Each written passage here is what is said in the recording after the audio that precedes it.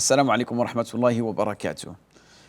Nous allons répondre à une question ici qui est souvent posée, c'est est-il recommandé de changer son nom après sa conversion à l'islam?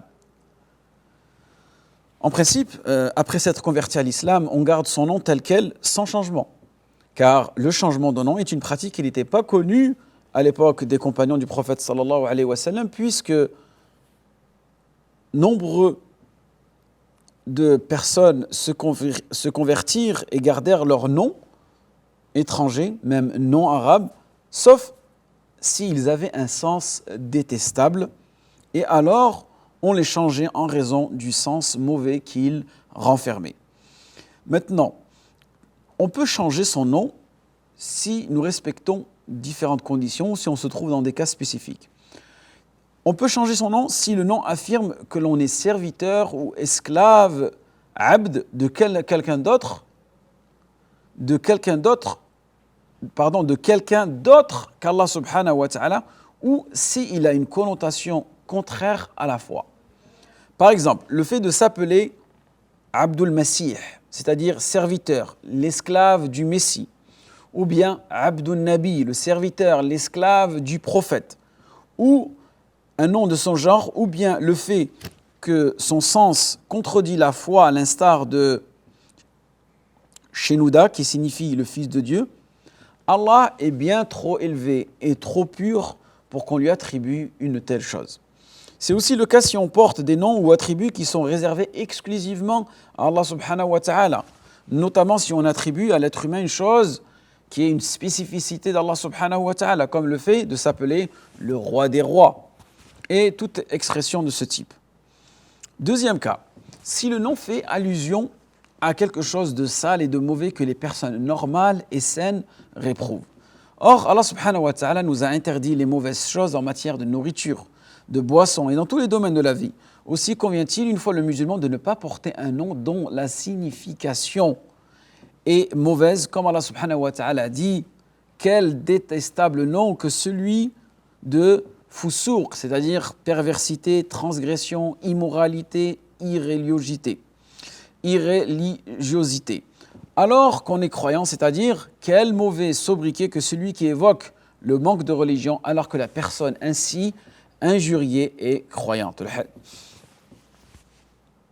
Ensuite, il est conseillé de remplacer son nom. Cela est conseillé dans le cas où le nouveau nom est aimé d'Allah subhanahu wa ta'ala. Comme par exemple Abdullah, serviteur d'Allah, ou bien Abdurrahman, serviteur du tout miséricordieux, et autres noms attribuant à celui qui les porte la qualité de abd, c'est-à-dire serviteur, esclave, adorateur vis-à-vis d'Allah subhanahu wa ta'ala. En effet, ce sont des noms conseillés, mais cela n'a pas de lien spécifique avec le fait que la personne est devenue musulmane, car ce qui peut être dans le cas général.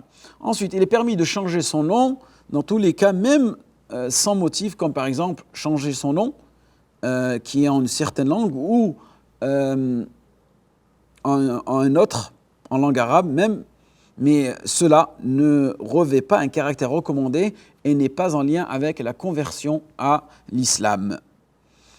Ensuite, la signification du nom contredit-elle la religion et la croyance musulmane?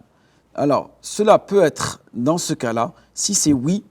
Si tu réponds oui à cette question, il faudra changer le nom qui a une telle signification. Le nom a-t-il une signification religieuse particulière pour les non-musulmans ou bien est-il fréquemment porté par les religieux non-musulmans? Si tu réponds oui à cette question, il convient de le changer pour éviter la confusion, la tentation et la ressemblance. Une autre question, a-t-il une signification mauvaise qui inspire la répulsion? Si oui, ce nom-là contient cela, donc il est conseillé de le remplacer par un nom dont le sens est beau et qui correspond à la conversion de la personne à l'islam. En revanche, s'il ne renferme aucune signification précédente, il n'est alors pas demandé de le changer. Or, de nombreux musulmans, au début de l'expansion de l'islam, ont gardé inchangé leur nom non arabe. Cependant, il est permis dans l'absolu de changer son nom, même sans motif particulier, cela étant même conseillé si le changement se fait en raison d'une signification aimée d'Allah subhanahu wa ta'ala, comme les noms de Abdullah et Abdurrahman. Donc voilà pour ce cours, je vous dis À bientôt. Waffaqakumullah lima yuhibbu wa yarda. Wassalamu alaikum wa rahmatullah wa barakatuh.